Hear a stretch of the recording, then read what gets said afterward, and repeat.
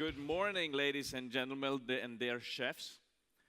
It's an honor for the Norwegian Seafood Council and for me to be here with all of you professionals today. This is truly a good opportunity for me to speak about the best seafood in the world, which is, of course, the Norwegian, and particularly Norwegian salmon and fjord trout, what we're going to talk about today. I also had the pleasure of having a session with the young chefs yesterday, which I was told was a one-on-one, which turned to be one on very many. But it was a very good session and very enthusiastic crowd, and I have to say it gives high promise for the future of the culinary world. To set the mood and to get started, we're going to watch a film first. So it's about Norway, to give you a slight idea about why we live in Norway.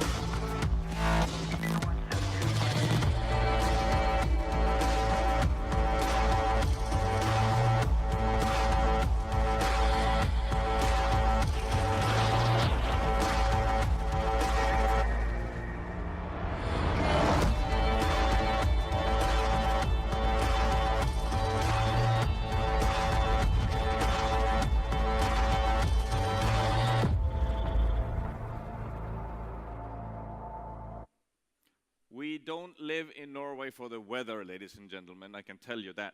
There are far better places to live.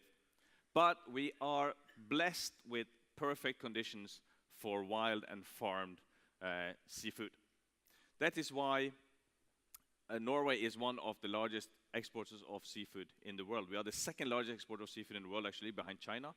And last year, the export value exceeded about $12 billion and 2.6 million tons. Why are we such a big exporter? It's easy. There's only 5 million of us in Norway, only 5 million. If we were to eat all our seafood ourselves, we die from healthiness. So we share our nice products with the world.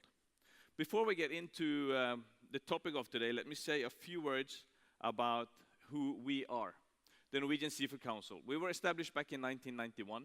We are owned by the Ministry of Trade, Industry and Fisheries. So in a way, we're a public government company, but we work on behalf of the entire Norwegian seafood industry by promoting the Norwegian seafood around the world.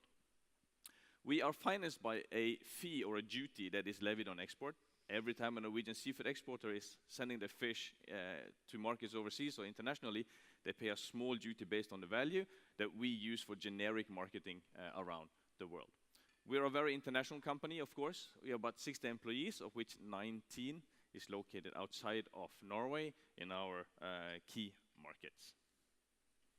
What do? We do marketing.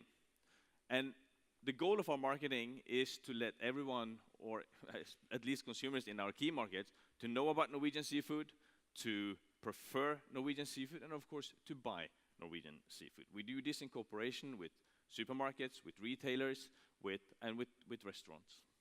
Market insight is something that is very important. We provide insight to the Norwegian industry, also to ourselves, of course, because we need to understand the consumers. We need to understand the market and what is moving in the market, and the right buttons for us to push in order to promote the Norwegian seafood.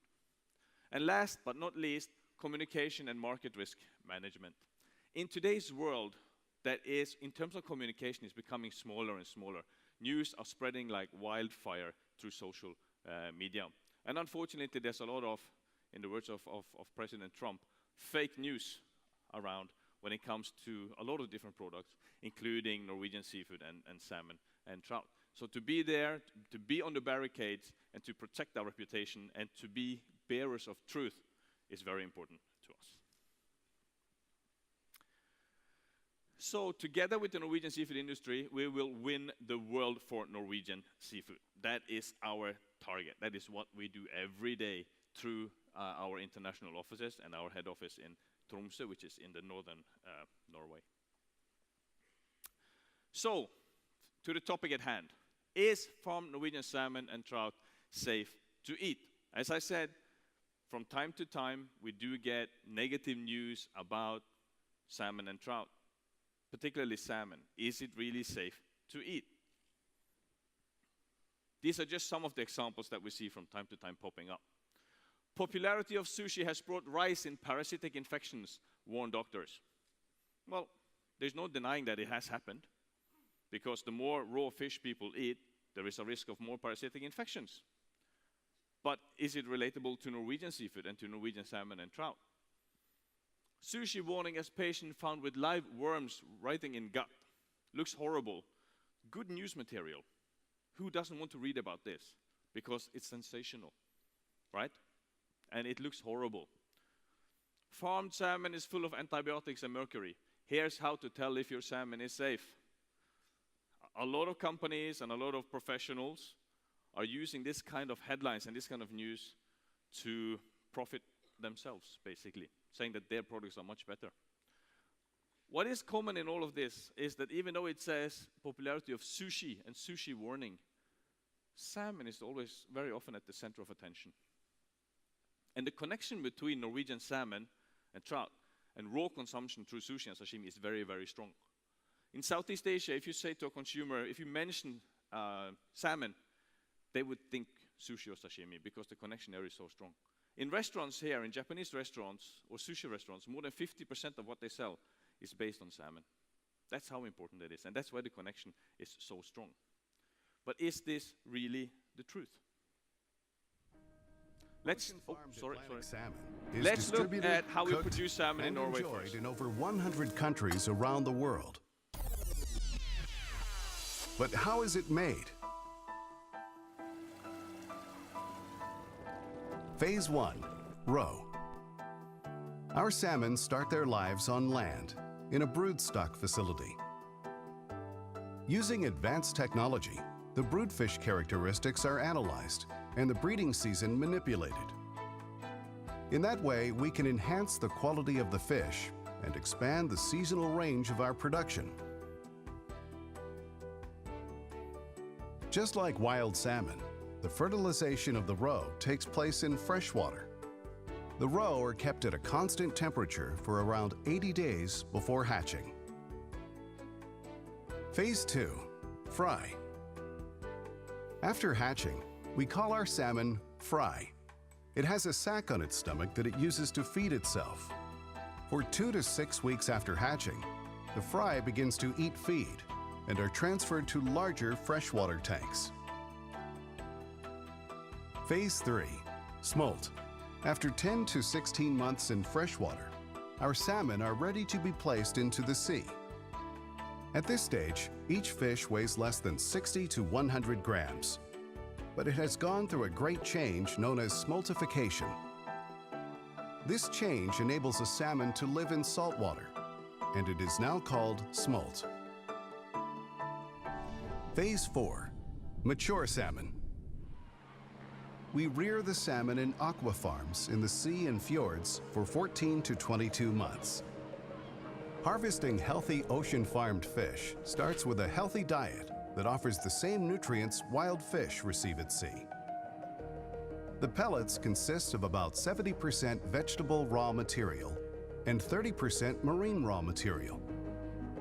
Combining hard-earned experience and advanced technology, we are able to monitor and promote healthy fish growth and food safety at every step. When the fish has reached a weight of 4 to 6 kilograms, it's ready to be processed.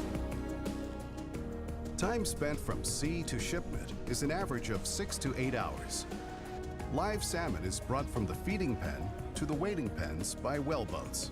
Then they are transported into the processing plant, where we stun the fish before slaughtering them as quickly as possible, ensuring the minimum amount of stress.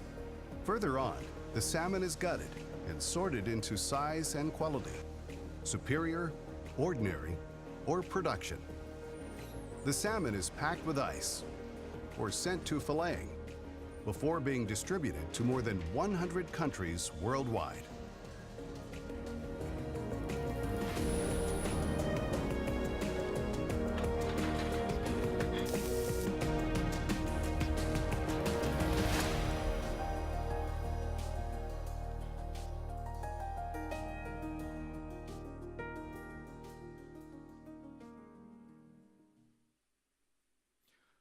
Modern-day industrial farming of salmon was invented in Norway. It started about 50 years ago.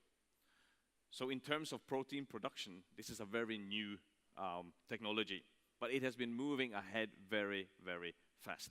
Today, Norway is the largest producer of farmed salmon in the world. We produce about 55% of the world volume of salmon, about 1.2 million tons every year, and we produce about 60,000 tons of trout. Let me try to debunk, or I will debunk some of the myths that we hear about salmon in the market. One of the things that we often hear is that the farming of salmon is very intensive. It takes up a lot of space. The coastline of Norway is literally covered with farms. But this is far from the truth. We have about 950 locations along the coast of Norway to do farming. And in order to do farming in Norway, you need a government license and you need an approved site to do it. So the total area that we use is only about 450 square kilometers, which is about 0.5% of the coastal area that we have available. 0.5%.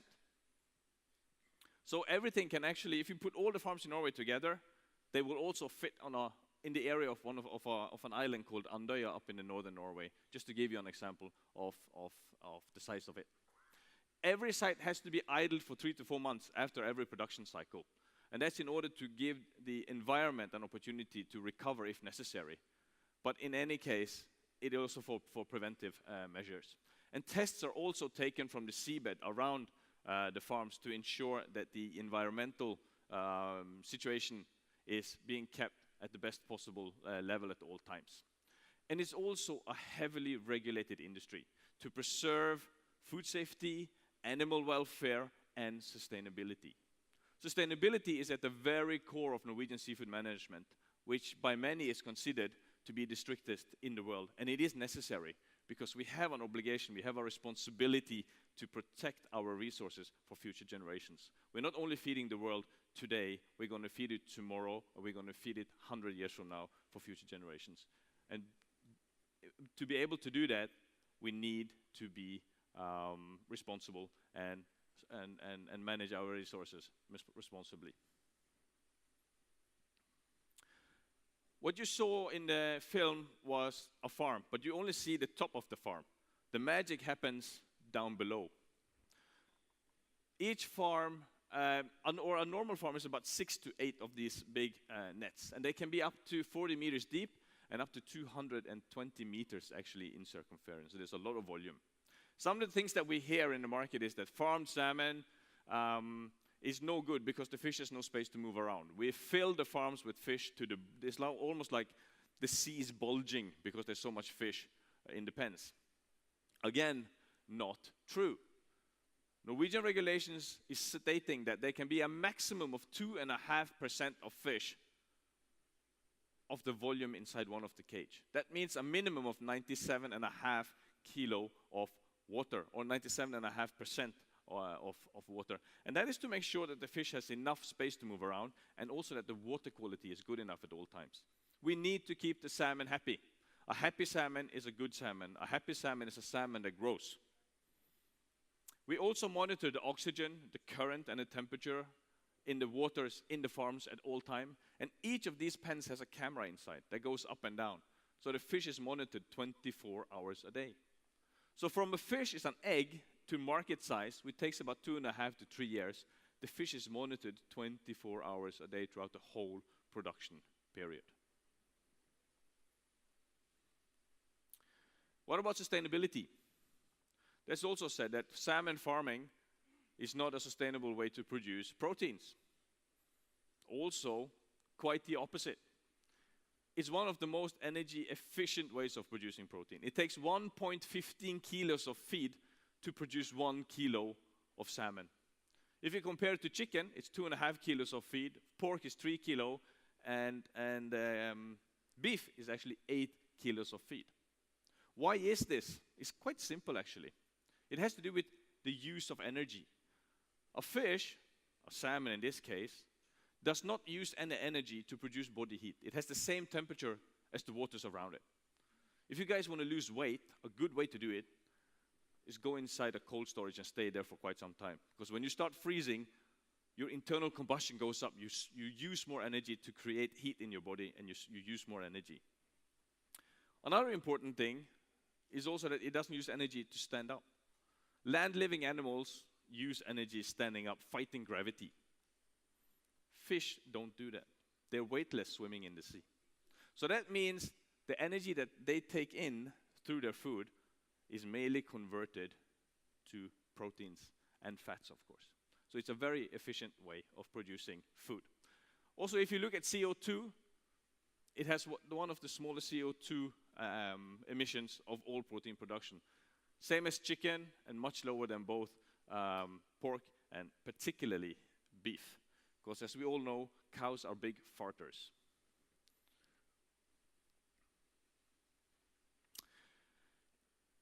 This is from a survey we did a couple of years ago to look at the consumption of salmon in Southeast Asia, particularly.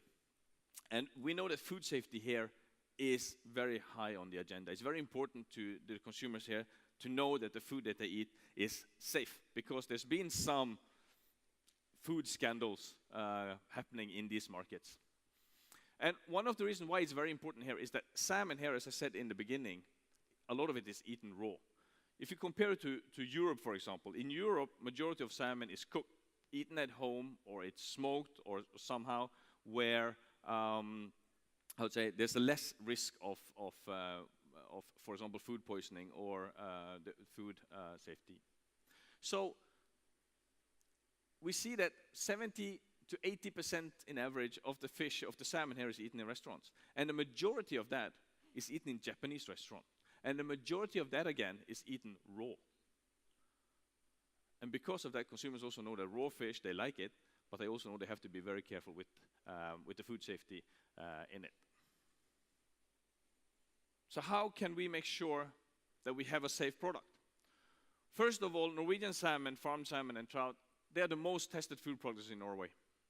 Every year we do about 12,000 tests. And these are publicly available tests done by independent laboratory. We have a designated monitoring program for farmed fish, but also the feed, because you are what you eat. That's the case for people, that is also the case for salmon. Shit in, shit out. So we have to make sure also that the feed is safe. We do, as I said, about 12,000 tests per year to ensure food safety, animal welfare, and environmental impact. Norway, we're not a member of the EU. But through our agreement with the EU, we have to adhere to the EU food regulations, which are very strict. And throughout the years of testing, we have never found any findings above approved limits when it comes to undesirables in farmed salmon. It's rather the other way around, actually. And all the tests that we do are publicly available. We have nothing to hide. You see this one? This is the latest report from the Norwegian laboratories. It's a monitoring program for pharmaceuticals, illegal substances, and contaminations in farmed fish. If you go online, you search for this, you will find it, you can download it. Everything is out in the open, it's publicly available. Let's look at some of the threats that we see in the market. As I showed you in the beginning, right, you can get worms from eating sushi. And it is a fact, it does happen. I think the country in the world that has the most cases of this is Japan, because they eat a lot of raw fish. In the EU, there is a regulation saying that any seafood to be eaten raw has to be frozen first. And that is in order to kill any parasites inside. If you cook it, it dies. If you marinate it, it dies. Then it's not any danger to eat it. It's just free protein. It's not very nice, but still it doesn't harm you in any way. But it does happen that people get sick from parasites. The only exception to this regulation in the EU is farmed Norwegian salmon and trout. Why? Because we never found parasites, or anisakis in this case, the worm, in the meat of the salmon. Why? Because of the feed. In the wild, fish get infected from eating their prey. If the prey is infected, also the fish gets infected, right? Farmed salmon is only eating processed feed that has been heat treated and produced in such a way that parasites cannot survive. And it doesn't have access to any other food when it's inside of the farm. That is why it's clean. There are no parasites. So in terms of eating raw, salmon is actually, farmed Norwegian salmon and trout is actually the safest options there is in terms of parasite. Still, when we see all the pictures coming out saying that sushi and sashimi is dangerous, there's always a picture of salmon.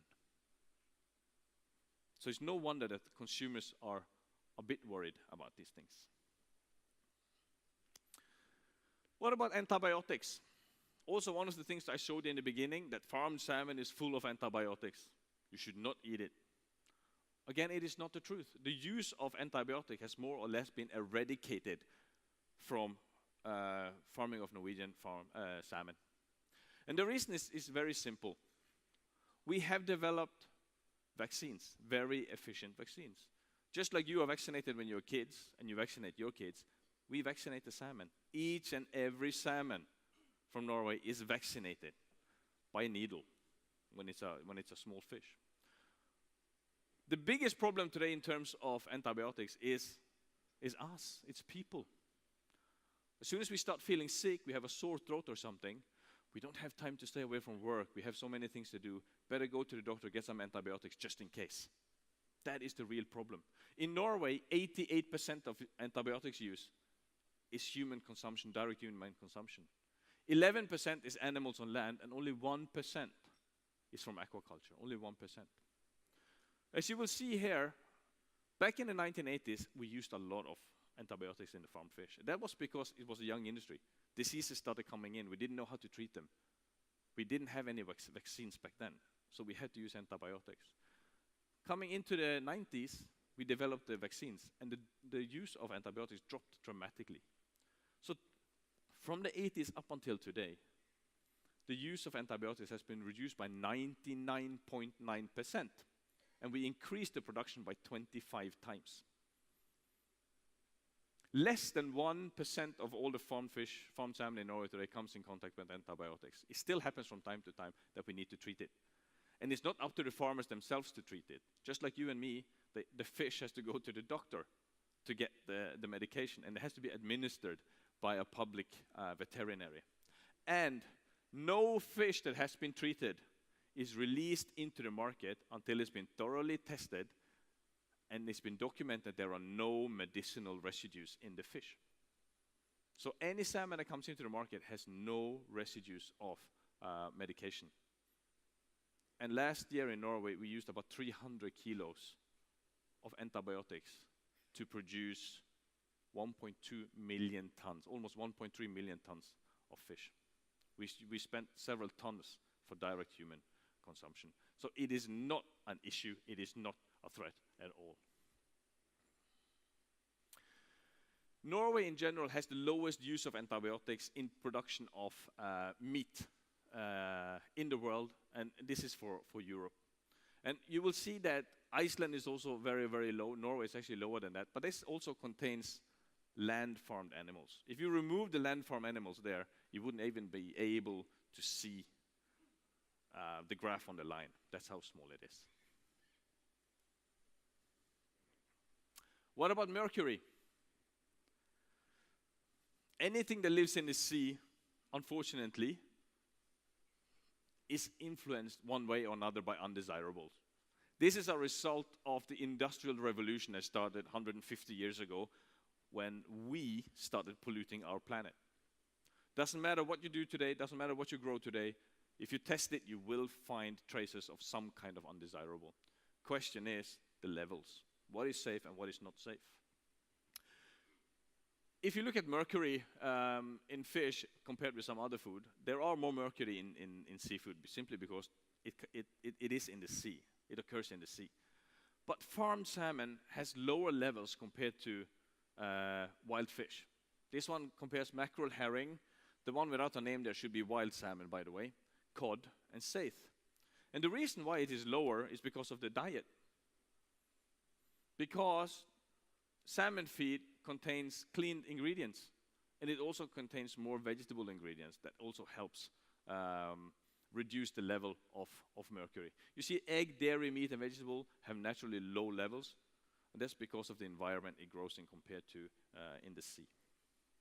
And we are anyway far below the EU upper limit of 0.5 as a recommended daily intake. So again, there is no risk. You can eat it safely. Dioxins and PCB values is also something that we hear. That's, salmon is full of dioxins. Again, not true because of the feed and development of the feed. It has lower levels compared to wild fish, compared to wild salmon. And since 2003, there are 4 times fewer dioxins and PCBs in salmon from aquaculture. The levels has been going down. Again, also because of the feed. We have more vegetable sources in the feed, and there are more clean ingredients in the feed, causing also these values of undesirables to be reduced. So what is inside salmon feed, basically? It's about 70% vegetable raw material, about 30% marine raw material. And this is because we want to improve sustainability. Because vegetable resources are a much more sustainable, renewable source compared to wild fish. We know that wild fish stocks are not increasing, so we want to reduce the use of wild fish ingredients in the feed. And like the previous chef said, the evolution now is 80-20. 80% vegetable, 20% meat. We're almost there now with the salmon. So when you serve salmon today, you don't need to have anything else with it. That's the joke, by the way. So, it contains proteins, carbohydrates from vegetables, vegetable oils, and fish meal and fish oils. But there are no ingredients from endangered species. There are no ingredients derived from pork. And this is very important in Muslim countries, particularly. There are no GMO. The fish itself is not GMO. And the feed ingredients are non-GMO. It's not allowed to use GMO in Norway. And the soy proteins come from internationally certified sources only. It's about responsibility. And as we saw before, the feed is also monitored and controlled by the Norwegian Food Safety Authority in line with the European rules and regulation. So, in short, feed contains proteins from fish meal, oil, and plant proteins. It has unsaturated fatty acids, vitamin, minerals, antioxidants, everything that the salmon needs for a healthy life and to grow healthily. This is a picture of feed. This is Norwegian breakfast cereal. A lot of Norwegian people eat this for breakfast with milk.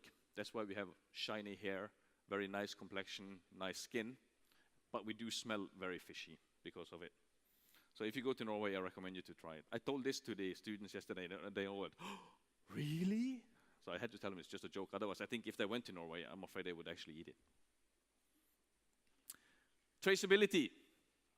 We have a national standardized system for traceability of farmed salmon and trout in Norway.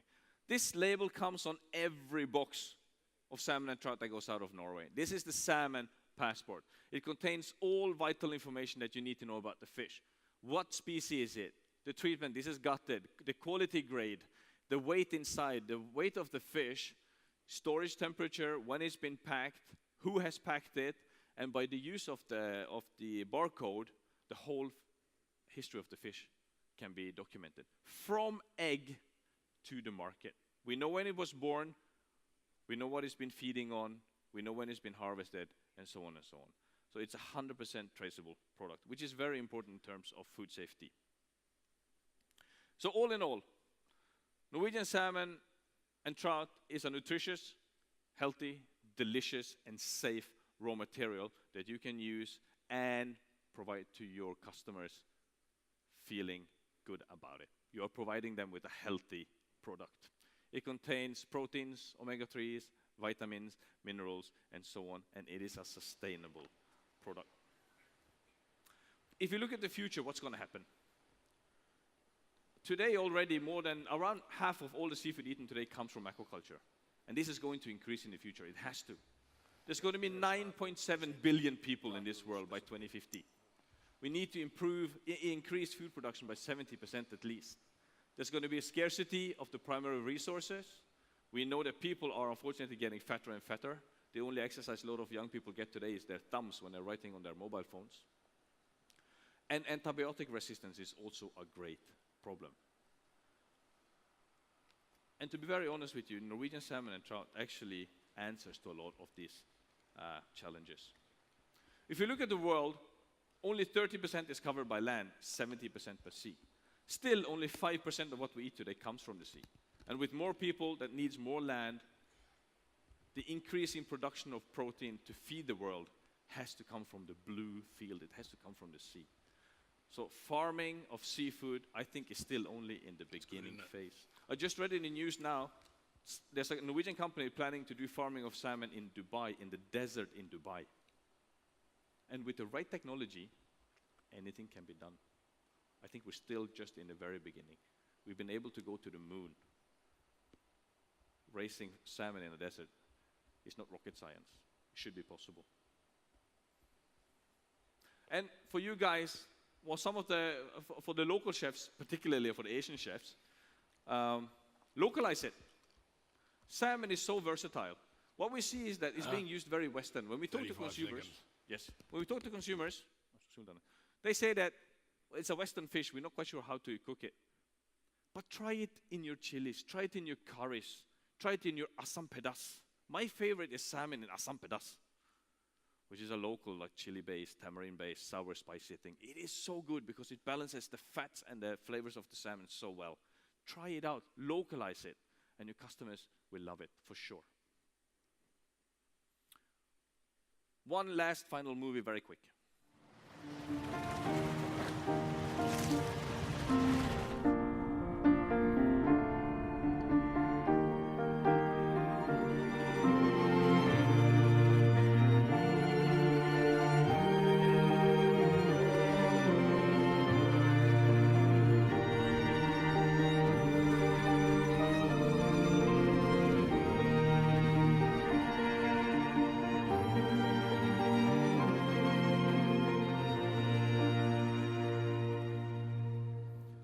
Origin matters. It says something about the product, it says something about the quality. We are very, very proud of our Norwegian seafood, and we know we have a very good, healthy, and safe product. So when you buy your seafood, look for the Seafood from Norway logo to make sure that you're getting the proper Norwegian products. So that's it. Thank you very much for your attention. Thank you very much, John. Erik Steenslid from the Norwegian Seafood Council. Thank you, John. Thank you. I hope you are convinced. We are also hosting the lunch today where you will have the 100%. opportunity to taste lovely trout. I'd like Miroslav Kubik just to give you a small token of our appreciation. Really appreciate it. Thank you. Please come to the middle, Oh, gentlemen. wow, thank you. And a nice knife to slice some fresh Norwegian salmon. Without further ado, ladies and gentlemen, we move quickly into the session before the coffee break.